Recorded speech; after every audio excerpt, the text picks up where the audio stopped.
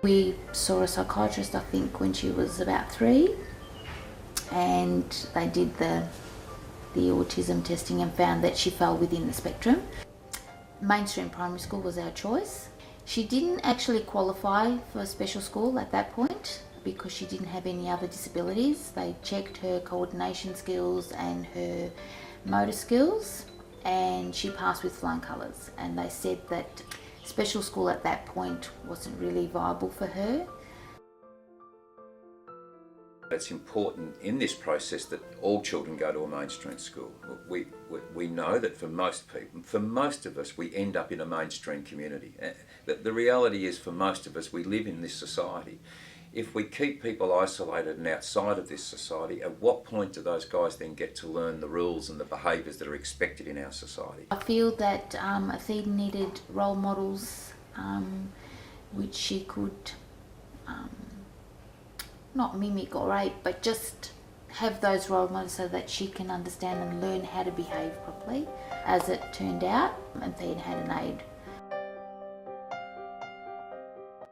When Athene came to the school, we had no diagnosed children with autism at the school who were funded. She came with heavy funding, which enabled us to give her a lot of time. For the first year it was very, very difficult because she had meltdown after meltdown. But gradually as time went by we learned different techniques that we could engage her in more activities.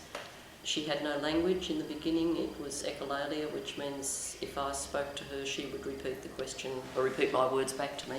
I think that she relied on other children to do the talking for her. So having children who didn't have disorders or disabilities helped her to develop to the person she is today. As her time went on, her language became a lot better. Gradually her responses to a question were quite candid and quite reliable. Sometimes you say to her, "Where do you want to work when you leave school?" and she'll say something like, "The cupcakes shop." Like, oh my God, I work at Macca's. At Macca's. So she hasn't set the bar too high. I don't know how people would look at her and how employers would look at her. I think it would have to be someone that we knew. Over the last few years, what we've also seen is an emerging increase in the diagnostic rates. We go back 10 years and it was 1 in 160. We go back 5 years and it was 1 in 100. Our current data here is suggesting it's 1 in 30. I think when we reflect back on our own school days, and many of us would say, well, when I was at school there was no autism, but there were quirky kids at school, and there were kids who didn't mix in with everybody else. What we now recognise is that many of those children were probably on the spectrum.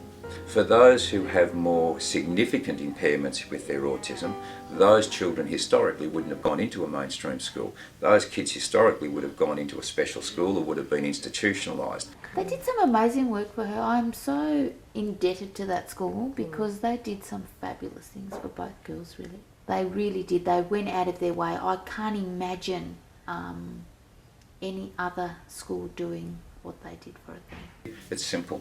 You have to be in mainstream to survive in mainstream. Ta-da!